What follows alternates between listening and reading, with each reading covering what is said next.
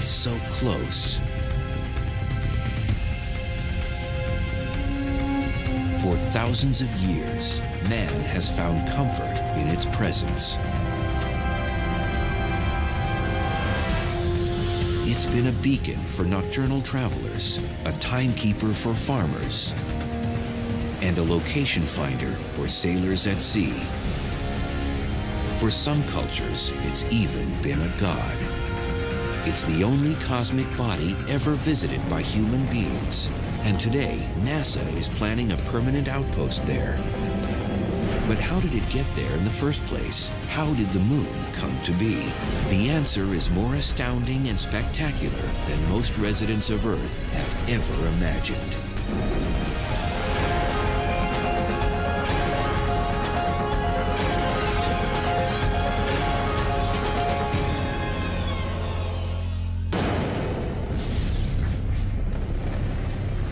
At last count, over 150 moons populate our solar system.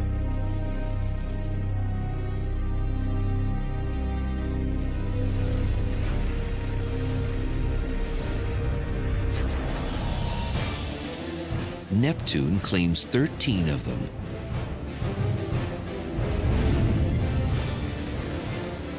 Saturn has 48.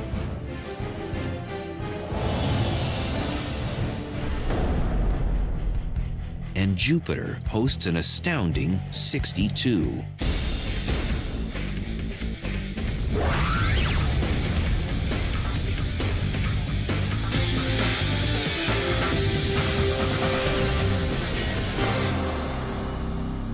Earth, on the other hand, has just one. But it's a special one. Our moon, Luna, as the Romans named it, is remarkable in its size. It is by no means the largest moon in the solar system. Several others are bigger. One of Saturn's moons, Titan, for instance, is twice the size. But our moon is the largest in relation to its host planet. It's a quarter the size of the Earth. It's really big compared to the Earth. If you look through a telescope at the Earth from a distance, you'd see the Earth and this other big thing. If you look at Jupiter or any other planet, you got the big planet and then little tiny moons right next to it. So our moon is so much bigger, and it's the only one of the now 8 planets that has that situation. The relative sizes of the two bodies are close enough that some astronomers go so far as to refer to the Earth-Moon system as a double planet. The mean distance from the Earth to the Moon is 234,000 miles, a 3-day flight through space. Luna's diameter is roughly 1/4 the size of Earth's, measuring 2,160 miles. A single day on the Moon is the equivalent of 27.3 Earth days. This is because one side of the Moon permanently faces us. Luna is phase-locked with our planet. So the Moon must fully orbit the Earth in order to make one complete rotation on its axis. Sort of like children in a game of Ring Around the Rosie. They always face inward as they hold hands and move in a circle.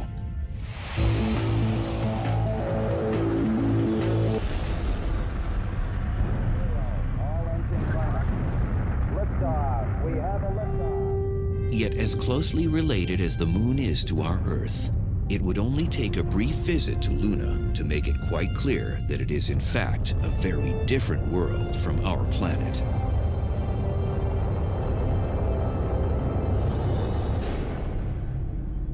And an exceedingly dangerous place.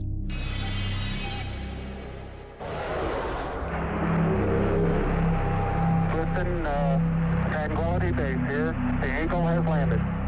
There's no air, of course, so you need your spacesuit. Indeed, the Moon has absolutely no atmosphere at all. So there is nothing to carry sound waves. If you were standing on the Moon with a friend and tried to converse, the person wouldn't be able to hear you, except by radio. I was strolling on the moon one day in the merry, merry month of December. No atmosphere also means that there are no air molecules to scatter light from the sun. So the sky is always black.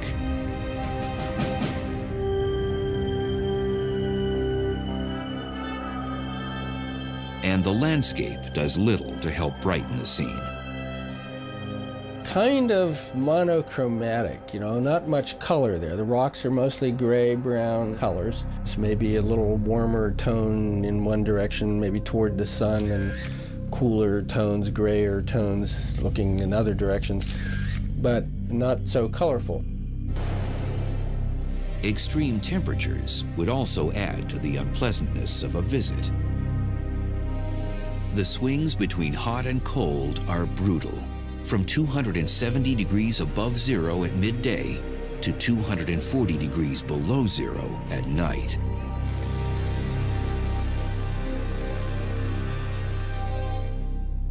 Even the moon's low gravity, just 1/6 of Earth's, could present a hazard to a tourist. A reality the Apollo astronauts kept at the tops of their minds during their many moonwalks. But they realized that beyond the thickness of their visor in their spacesuit was death. Should they do something and fall into a rock and lose their footing and fall and hit an outcrop, this visor could be cracked, exposed to the lunar vacuum. We would have had a serious situation on our hands.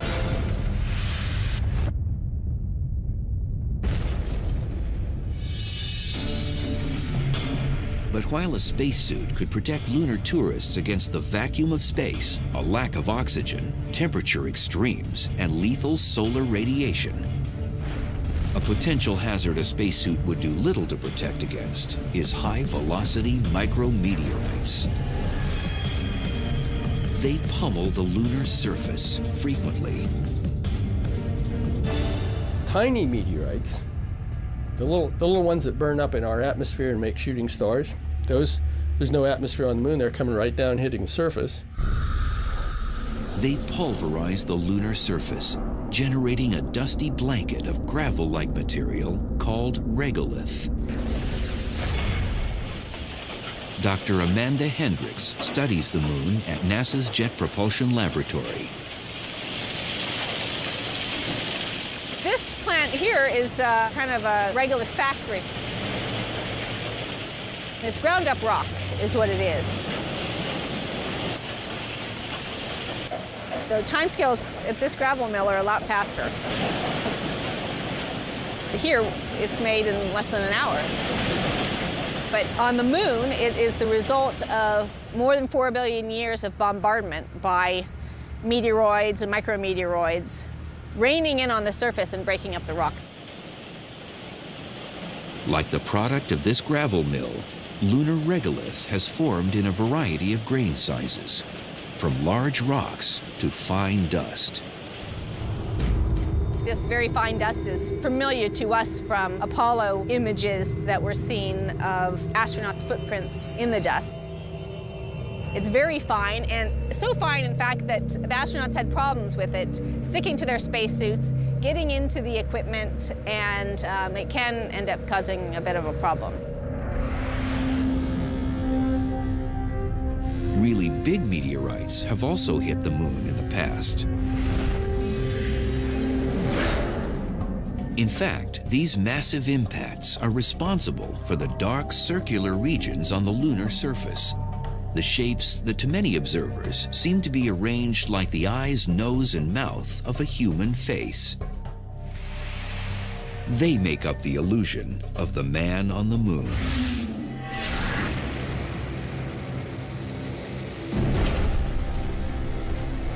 They blasted huge basins in the moon's surface. Some of them are 700 miles across. Dark lava eventually burst through at the impact points and flooded the basins.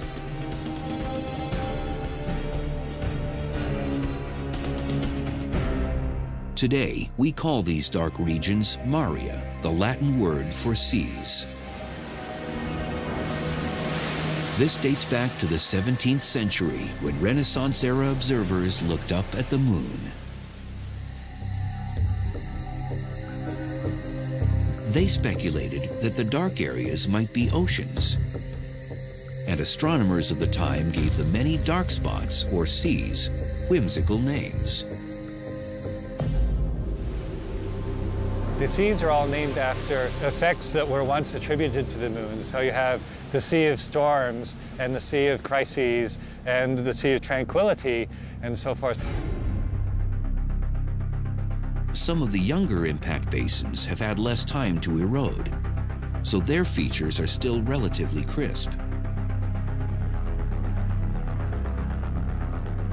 One in particular is called Mare Orientale, or the Eastern Sea. It's some 600 miles across, and the impact that created it was so massive and direct, the result looks very much like the bullseye on a target. This Orientale scar is kind of like a bullet shot into glass, where you see all the sort of rings around it and fractures going out. People have often said if that had been on the side facing directly toward the Earth, we might have had a whole different mythology about the moon, because it would have looked like a big eye staring at us.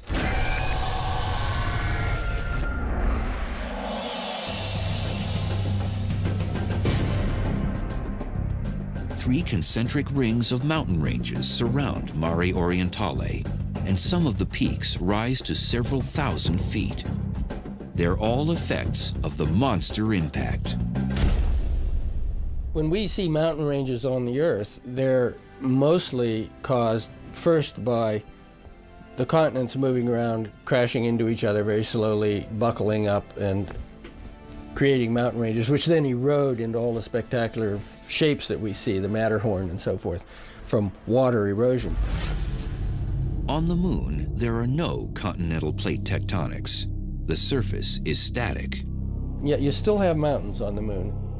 And the reason is that those big impact basins, that's a big explosion, excavates a pit, throws material up on the outside. So you have these rings of mountains, arcs of mountains that surround the impact sites. But they're impact features. Again, they're caused by the external forces, not the internal forces. Another notable impact crater, much smaller than Mare Orientale, but every bit as spectacular, is Tycho. Named after a prominent 17th century Danish astronomer, this impact feature is located in the southwestern quadrant of the moon's near side. It's in the bright area. You can almost see it with your naked eye.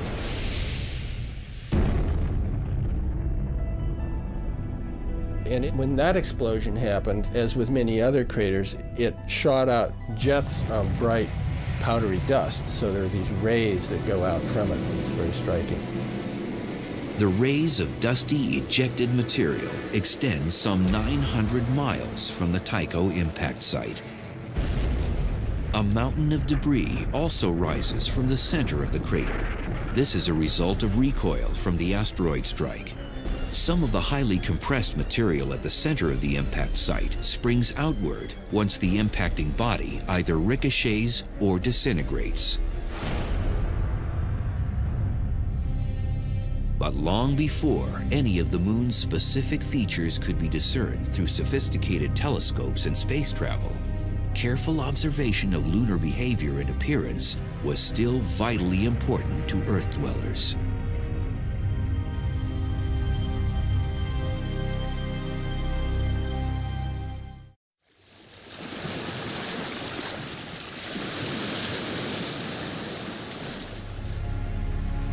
For 15,000 years at least, man revered the moon as a source of light, as a navigational guide, as a reference in agricultural pursuits, and most of all, as a convenient timekeeper. In the days before our modern systems, timekeeping was no simple task. Early timekeepers had two choices. They could monitor the sun or the moon. If you think about trying to keep track of dates, if you use a solar calendar like we do nowadays, there are 365 days in a year, and that's an awful lot of days to keep track of. And it's not something that the ordinary person can do very well. Compare that with a lunar calendar. Everybody can tell when the full moon is, when the new moon is. You don't see the moon at new moon. You see it, it's big and round at full moon, so it's easy to tell. There are only 28 to 29 days in a lunar cycle, so it's easy to count them. And so most societies actually start out with a lunar calendar. Early observers of the moon also recognized that our planetary neighbor has a very real physical effect on the Earth itself. The moon is responsible for the rise and fall of our ocean tides.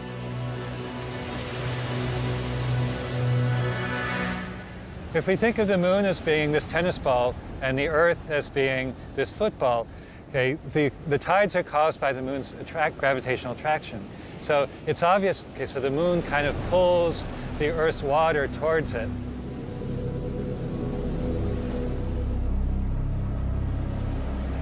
And so this creates a slight bulge in the direction of the moon. What's less obvious is there's also a bulge in the direction away from the moon. So there is, in fact, 2 high tides every day. The other high tide you can think of as being caused by the Earth's centripetal force. The Earth and the moon are both rotating around, and that causes the water on the far side to also move out. An extreme illustration of the difference between high and low tides can be found along the shore of Canada's Bay of Fundy. The water level from high tide to low tide drops an astounding 55 feet. For some forms of life on Earth, the advance and retreat of the tides creates useful habitats.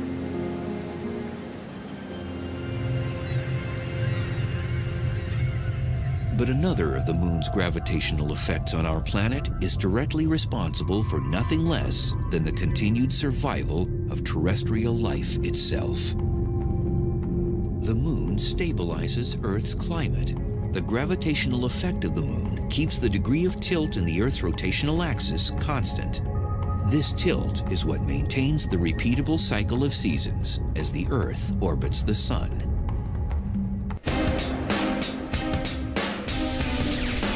Over the millennia, with the moon's prominent and constant presence in our night sky, men ultimately began to speculate on its origin. How did it form? How did the moon come to be? In 455 BCE, the Greek scholar Anaxagoras theorized that the moon was simply a rock that was flung off by the Earth.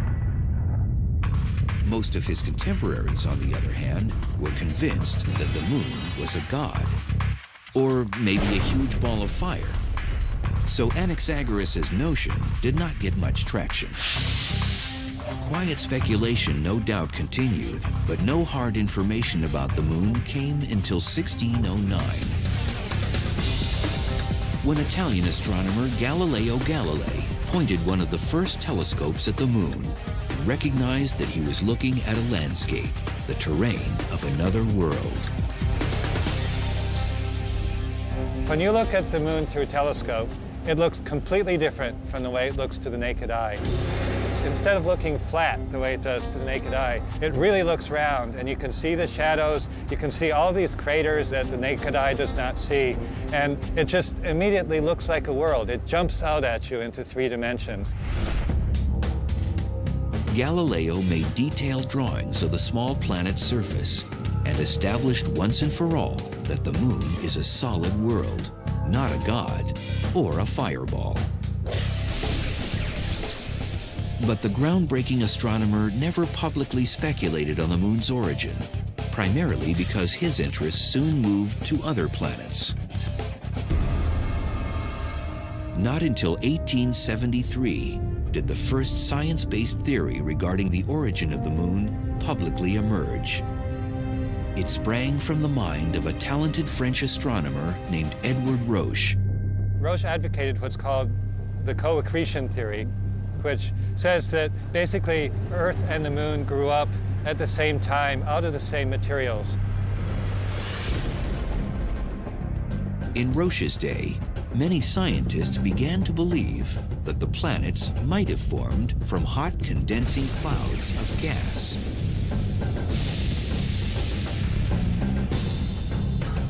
It gradually contracted and cooled, and as it contracted, it would separate out rings of gas. So you'd have a ring of gas here, a ring here, and so forth. And these rings of gas would then eventually coalesce and form the planets. Roche saw the Earth and the Moon as a solar system in miniature. His idea was that the Earth starts out as a ball of gas and then cools and contracts and sheds a ring of gas that then itself coalesces and forms the moon.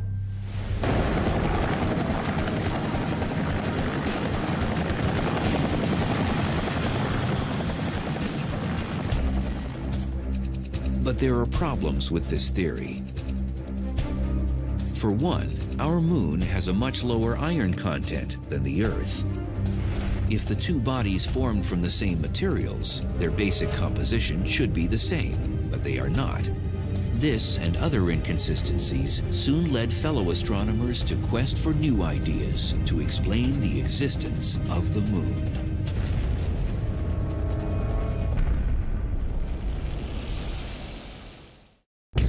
In the last third of the 19th century, advanced theories about the origin of the moon started to emerge. In 1873, French scientist Edward Roche proposed that the moon simply formed alongside the Earth out of essentially the same nebular cloud of particles and gases. But this idea had a fundamental weakness. The moon has a much lower iron content than the Earth. It's much less dense. The big thing to remember about the moon and its composition is that it doesn't have any iron core like the Earth does. So you look at the Earth, and there's a very large central area, something like half the inside of the Earth is iron, nickel iron. And that's metal that drained down to the center of the Earth when the Earth was hot, when it formed at the beginning. The moon is more like just plain rock. Scientists initially deduced the mass of the moon through observation and mathematical calculations. If the moon had formed from the same stuff that made the Earth, the iron content should be similar. It was a hole in the theory Edward Roche couldn't explain. But another idea soon followed on the heels of the co-accretion hypothesis.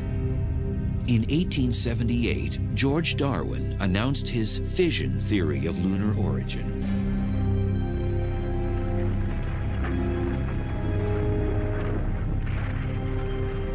This idea received some attention in part because Darwin had a celebrated father. Charles Darwin, author of Origin of Species. In time, though, George Darwin stepped out of his father's shadow and became known as England's leading expert on tides. And through extensive analysis of the tide-moon relationship, George Darwin came to the realization that the moon is gradually moving farther and farther away from the Earth. It wasn't proved until 95 years later when astronauts landed on the moon. They put little mirrors on the moon. And you can shine a laser at the moon, and the laser will bounce off the mirror, come back, and you can actually measure the exact distance between the Earth and the moon. And the rate at which the distance is increasing is 3.8 centimeters per year. 3.8 centimeters is about 1.5 inches. If you made a movie, extreme time-lapse, you would see the moon moving away from Earth gradually. That's what we see nowadays.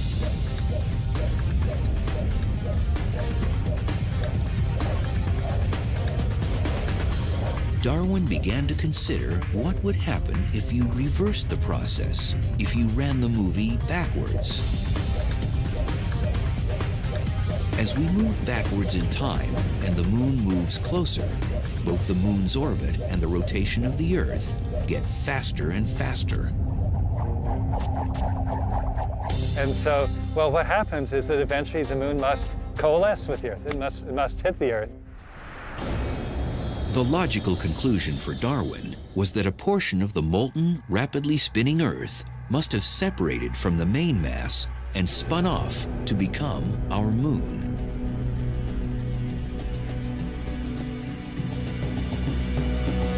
He immediately began work on mathematical calculations to reverse the trajectory of the moon all the way back to the Earth. Frustratingly, he reaches a point where it gets almost to Earth, and then he couldn't work it out any farther. The mathematics doesn't let you go any farther. What you get to is a point where the moon is whipping around the Earth at a rate of 5 revolutions a day, or 6 revolutions a day. So it's just zooming around the Earth, okay? And it's about 5,000 miles away from the Earth. Still, the mathematics did not allow Darwin to bring the two cosmic bodies into contact. The fission theory was debated for decades, but scientists eventually concluded that the relative movements of the Earth and Moon could not have resulted from it. The Earth would have been spinning too fast to account for its present rotation rate.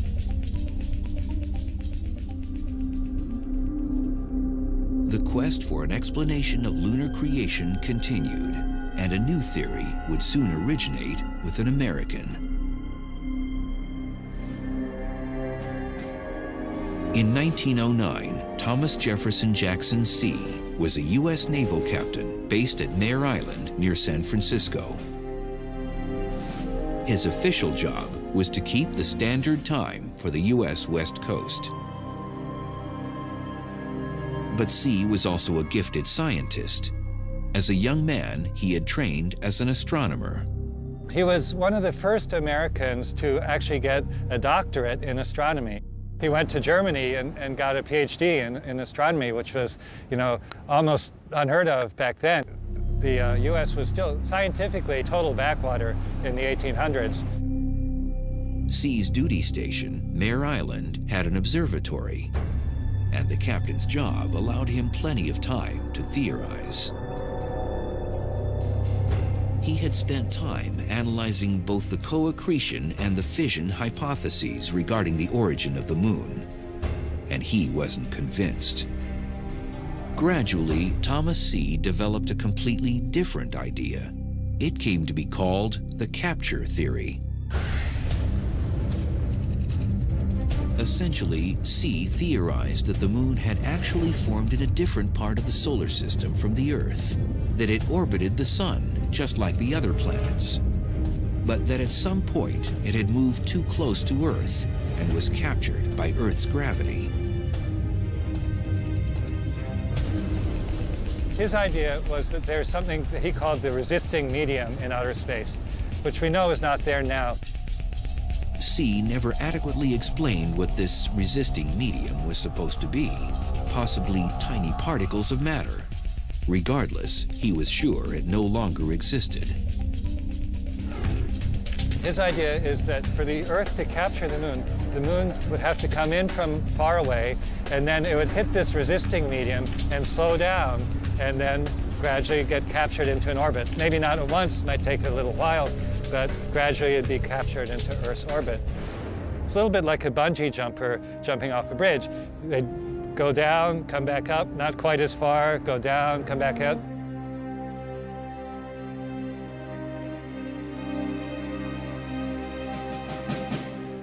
And eventually they'd settle down at the bottom. Thomas C's capture theory would certainly explain the difference in iron content between the Earth and the moon. If the moon formed elsewhere, its composition could be very different. On the other hand, the notion that Earth's gravity could capture and retain such a large object was unlikely, since there is no obvious resisting medium to slow down an object as big as the moon. All three theories had significant weaknesses. The origin of the moon remained a mystery.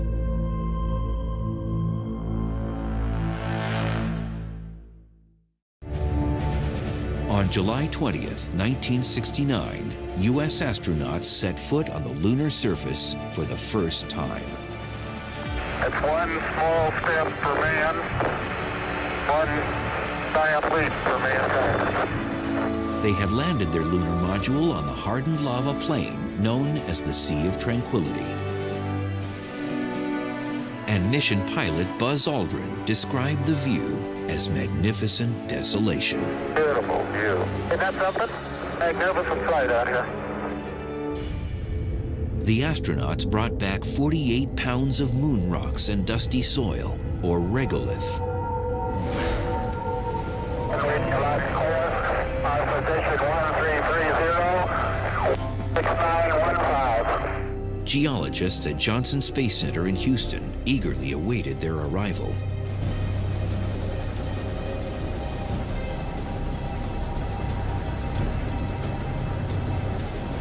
The excitement when samples first came back was just electric. I mean, it was just incredible. Nobody really knew quite what to expect.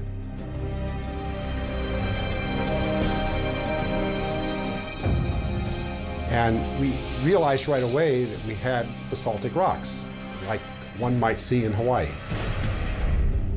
In fact, very similar to rocks one would see in Hawaii. The NASA geologists were intrigued to find not only basalts, but rocks of another sort. Rocks called breccias. Breccias form during asteroid impacts. So if you can imagine a large impact body hitting the moon, it's going to be very chaotic. It's going to throw up debris. Debris is going to come flying out of this, what winds up to be a crater after it's over, and you can see the many craters on the moon. This debris gets all jumbled up and lands on the ground around the crater, and then it gets compacted with the heat generated by the crater and gets turned into rocks that look very chaotic. You see all sorts of pieces in the rock of different sizes, different shapes, all pieces of the rock that were in the area that the impacting body impacted. We had just not seen anything like this on Earth. The moon rocks soon began to tell a fascinating tale. First, the rocks and soil samples contained particles indicating that the moon must have been covered by a deep ocean of lava after it formed. This notion was reinforced by the discovery that the rocks were lacking significantly in what scientists call volatile elements. Volatile elements are those that can evaporate easily and therefore be lost when you heat up a rock. And some examples of volatile elements include water or potassium, for example. And if you compare the bulk Earth rocks to lunar rocks, you find that the lunar rocks are extremely parched. It's as if they've been heated and they've lost a lot of their volatile elements. But along with these stark contrasts, the lunar samples also revealed at least one astonishing similarity between the lunar surface and rocks and soil from Earth. The isotopes of individual elements, like oxygen in particular, you have different forms of oxygen. The moon had exactly the same ratios of different forms as the Earth did. But all the other rocks we knew from elsewhere in the solar system, which are meteorites that fall out of space, all have different oxygen isotope ratios, which tells you that the moon material and the Earth material are very, very similar. In the end, the lunar samples had supplied a wealth of hard evidence regarding the geological makeup of the moon. But astronomers trying to understand the moon's origin were still left with a puzzle.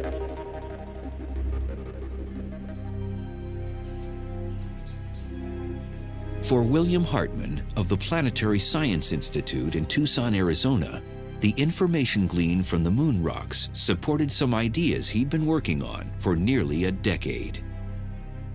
Now a distinguished astronomer and painter of space images, in the early 60s, Hartmann was a graduate student at the University of Arizona, taking part in a project to map impact craters on the moon.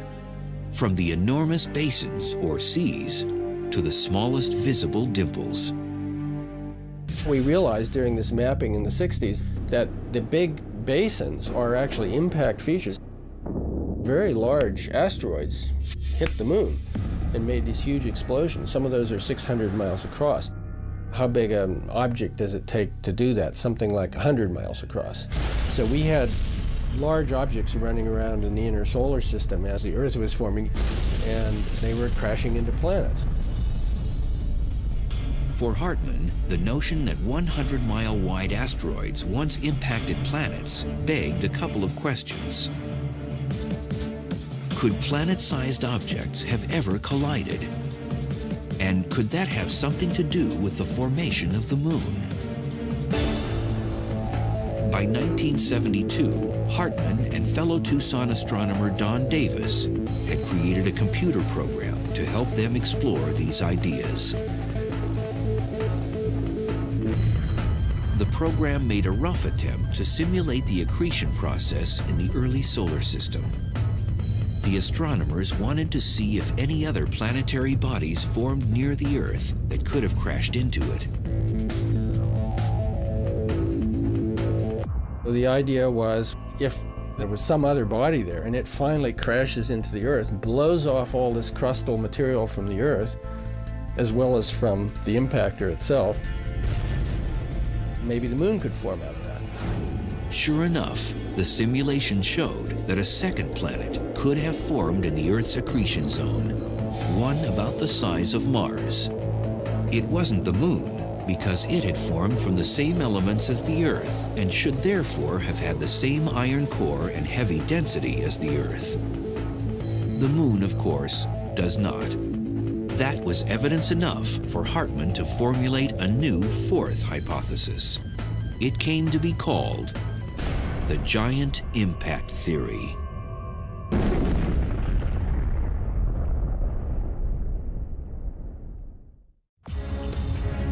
In 1974, a new hypothesis explaining the origin of Earth's moon debuted on the world's scientific stage.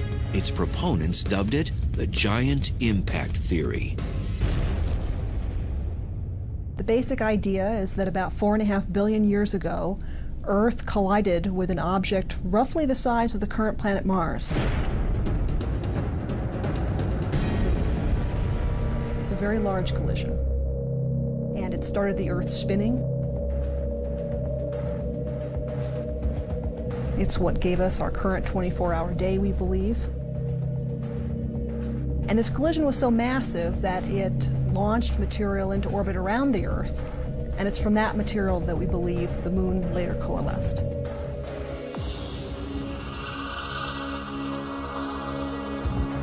Dr. Robin Canup and others at the Southwest Research Institute in Boulder have constructed a computer model to study the details of the giant impact scenario. It divides up the Earth and this colliding rogue protoplanet into many different particles, and then the evolution of each particle is tracked through the course of the impact. The simulation depicts the impact from a bird's eye view from the top down. The Earth was probably partly molten even before this impact. So initially, the impactor came in from this direction. It hit the Earth with an off-center collision. And you can see the impactor has been stretched out into this long arm of material right here.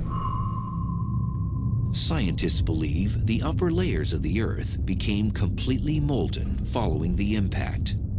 The collision starts the Earth rotating. And you can also see that the collision has substantially distorted the shape of the Earth itself. After a couple hours, we see that this arm of impactor material has coalesced gravitationally into two large clumps. The inner clump of the impactor material is actually composed overwhelmingly of the impactor's core, so that when this inner clump recollides with the Earth, which happens right there, the vast majority of the iron that came in with the impactor is actually accumulated by the Earth. While this outer clump comes in and makes a close pass by the Earth and is stripped by the Earth's gravity into a long arm of material, which then breaks up to form this disk. The material is thought to have coalesced to form the moon in less than a year following the massive impact.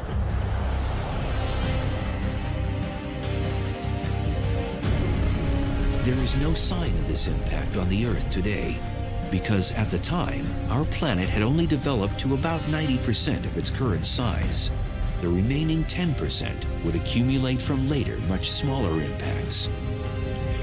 Also, the Earth's own gravity had a reshaping effect. Within a day after the impact, the Earth had reassumed a basically spherical shape, and any depression that the impact caused would have been smoothed over. Giant impact theory originator Bill Hartmann presented his hypothesis at a scientific conference in 1974. But it received little attention for nearly a decade. Interest in the moon dropped off sharply at the end of the Apollo missions. Beautiful. Very smooth. Very quiet ride. Finally, at a lunar conference in Hawaii in 1984, 12 years after the last moonshot, the world's foremost astronomers reached a consensus. The giant impact theory was the most acceptable explanation to date for the origin of the moon. I think there's still some people who say, okay, it's not really proven yet, but it's what I would call the default theory. If you look at any textbook of planetary science or geology, it's just the theory that's accepted. And there are certain small discrepancies which have yet to be explained, but by and large, it works.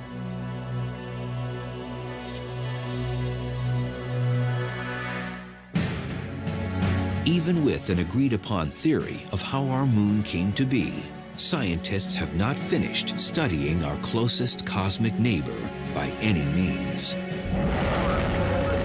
In fact, talk of returning to the lunar surface with a permanent manned outpost has recently emanated from the White House and NASA headquarters. Gorgeous views out the window.